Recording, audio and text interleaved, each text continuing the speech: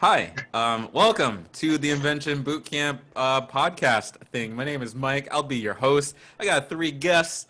It's funny I'm saying it's like a podcast, but I don't know. We'll see what happens. How about we do a quick round of introductions? Tell everyone your name, what you're studying, and I don't know, a fun fact about you. Let's start with Mercedes. I'm Mercedes. I'm an electrical engineering major with a music minor, and I'm on my third year now, and I've got a cat named Loser. My name's Noemi. I'm a third year mechanical engineering major, and I own 9 chickens, a goose, and 3 turkeys. So I'm Braden. I am entering my third year of computer engineering at PSU, and I can juggle. All of you, as you introduce yourselves, are college students, and you worked for Invention Bootcamp as mentors. What was it about the role of a mentor or the program itself that drew you to become a mentor? Like, why did you want to do it? What was your thought process? What was going on in your head? So, I actually have been in a couple camps kind of similar to this when I was growing up, like middle school through high school, and like I remembered the impact that they had on me, and especially like having um, women like in the camps like really inspired me to be like, okay, well, this is still a field I could go into, because I was facing like a lot of backlash from like male classmates. And so I think that that was like my driving force, was like I wanted to be that for someone, because it was so important in my life. I wanted to keep doing engineering related work. I wanted to keep building my skills. And when I saw that there was, the in-person camp, there was 3D printing, there was machining, there was CAD. I was super excited because I don't find myself to be very mechanically inclined. So I was like, well, if I get exposed to it in a professional or in a setting where it's, a learning environment, I'm sure I'll have a better understanding. I'll be able to grow. So it was like an opportunity to not only be in a camp, because I'm kind of like Mercedes. When I was growing up, there was like a kids activity program, CAP, which was like a summer camp for kids, and we did all kinds of fun things. And that's probably my closest camp that I've ever been in. So there was like, I wanted to give back in the way that they gave me, but also I wanted to continue my like engineering experience and understanding. Um, why should students, especially underrepresented students, join Invention Bootcamp? I think it's a great resource to see what you're interested in, because I never did anything like this. I kind of just threw myself at engineering, not really knowing what it was. So I feel like had I gone and done a camp like this in high school, I would have been like, oh, this is actually something I really like, before declaring myself as a biology major and then 6 months later going, you know what, I'm not really interested in biology. I really like engineering. So I think it's a really good resource to just say, I want to try things out and learn what this field is really, really like. It's just kind of hard to get your foot in the door and feel like you can do something, feel like you're empowered when you're not represented by like people that are similar. So whether that be how you look or your class level, like I think just like hearing testimonies of how people have gone through the same thing, and because it can often be harder, when you're underrepresented or when you're in a marginalized community to like go into STEM.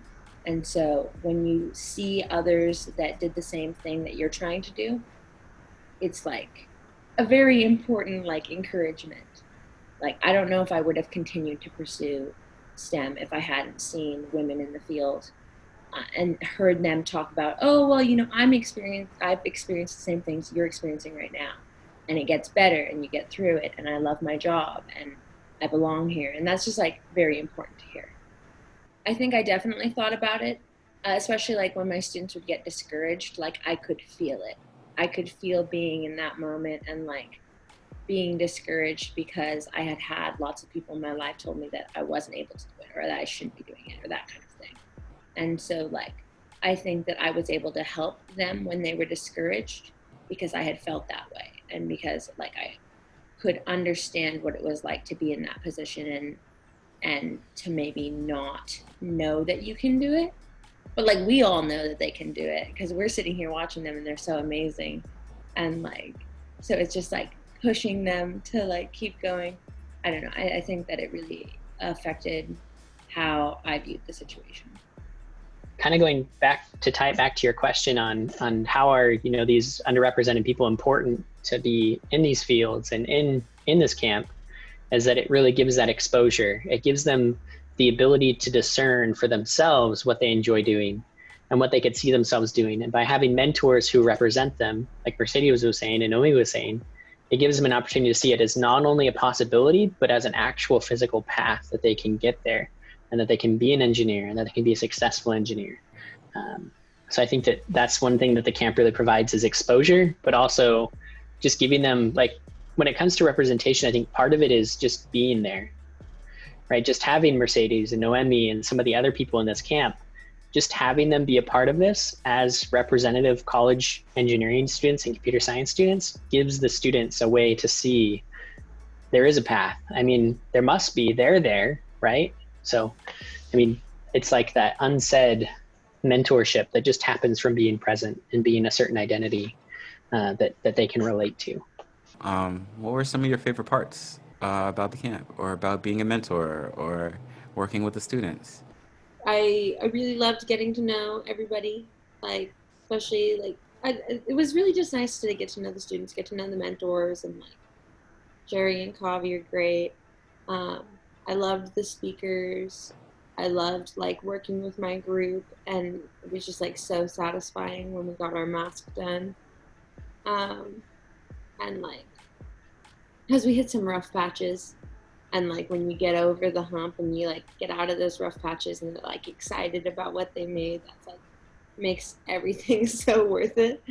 Um, yeah, and I also like something I really feel like I took out of this is like how I can learn online, and like now I know like I've got to keep my camera on, I've got to stay at my desk, like I've got to like work through some of these bugs for, and I designed my schedule differently for next year because of this camp. Like this camp is really going to affect my learning in the future. So Yeah, I think that the speakers were really, really, really good. I think a huge part of it is that aspect of, you know, the distance doesn't matter when it's online. I thought that was huge that we got to hear from, was it Atiba Gaines that was in the South? Where was that right? I think that it was Atiba. And it was really cool to hear about, you know, the kids that she was working with and the huge problems that they're trying to solve. That was really inspiring. I think that that's huge, is that the camp has given me a better understanding of design and human-centered design and invention than I had when I first went into it the first year. So like I learned a bunch the first year and I'm learning a bunch this year.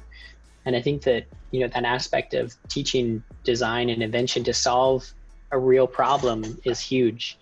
And my other favorite part is that, you know, within 2 weeks, so like 2 weeks, we teach them a bunch of things. And then within 2 weeks, the campers come out with their prototype that are just amazing. Like the mask that Mercedes team made, that was amazing. Like that was so cool. And the Pomodoro timer that Noemi's team made was super cool too. Like I've used that method of 25 minutes work, 5 minutes break. Like I've been using that for, you know, since the camp at least. And I'd actually just started using something similar before that. So it's like, now I know I could just, you know, get the code from them and have my own timer for it. But it's just so cool that within 2 weeks, these high schoolers that many of them have never touched an Arduino or coded in their life make these amazing prototypes that are just so cool. So cool to see them work, but then also to know that this is to solve a problem that a small group of people realized was happening in the world and related to whatever the overall, you know, theme of the camp was, and they did it in 2 weeks. Like that's just amazing.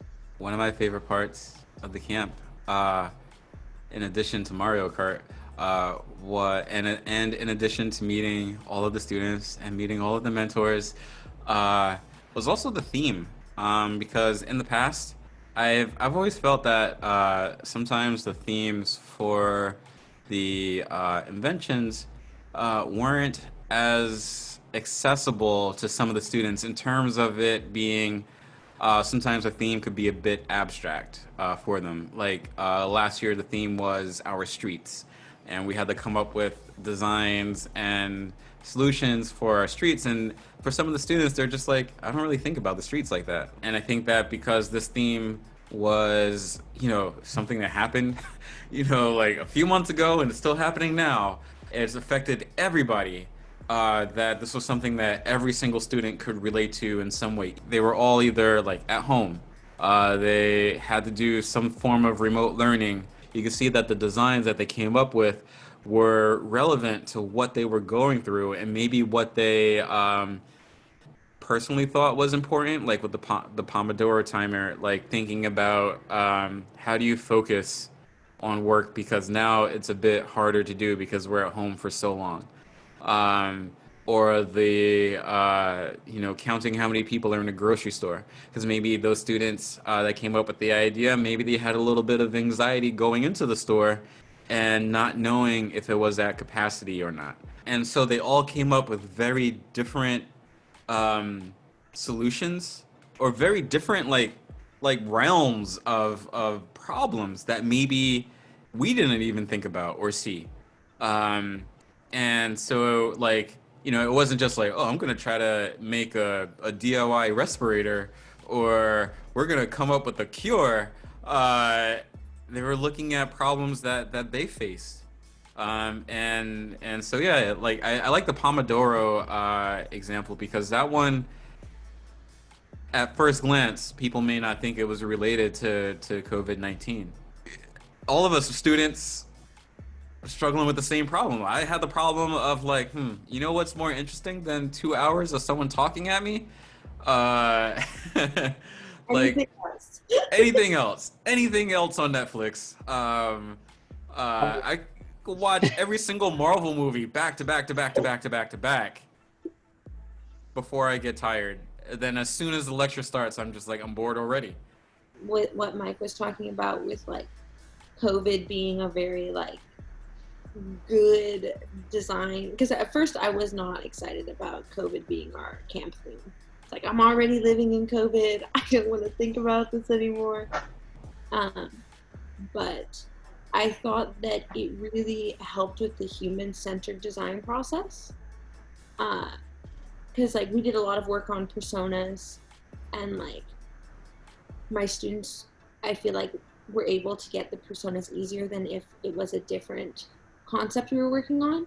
And like the personas always seem to be, like a high school student or a college student or like a parent age or an older person. And it seemed like those were definitely people that they had in their life that they were modeling after, which I thought was super cool.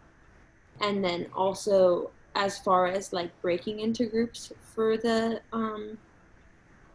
final prototype, I thought that was a really, really well done because we didn't do it by choice. It's kind of tough to do that with Zoom. So we kind of had students pick, I'm just like summarizing what we did. I had students pick what they were interested in the larger umbrella of COVID. So like social issues or health issues or, whatever was interest to them, and then put them in breakout rooms and let them like break out their breakout room. And I thought that was a great way to create teams because it worked out really well for my team. I think that they meshed really well and they had similar interests and, so I don't know, I thought that worked really well. So on one of the subreddits, one of the engineering subreddits for engineering students, and they said, I'm going into electrical engineering this fall. What can I do to prepare? And my biggest response was like, well, it's most likely remote. So you have to take into consideration, like, how do you study? How do you learn? Like, do you have a separate spot you can set up? Do you have a good chair? Do you have a good desk? Like these are modern problems that relate to, Zoom University, but also relate to work from home and relate to, being quarantined, and all of them together, are multiple problems that we have to try to solve. So what were some of the things that you feel worked out really well remotely in terms of Invention Bootcamp? Because there was a finale, students made things, stuff happened. So Like, yeah, what were some of the things that worked out that also maybe, um, if any college professors are watching this or high school teachers are watching this, that they might want to integrate into their remote learning? Number one, I'd say guest speakers. Top. I thought that they were the best over Zoom. I thought that it like created a really interesting platform where all of the students like had their cameras on and they were all like really interested in what they were saying.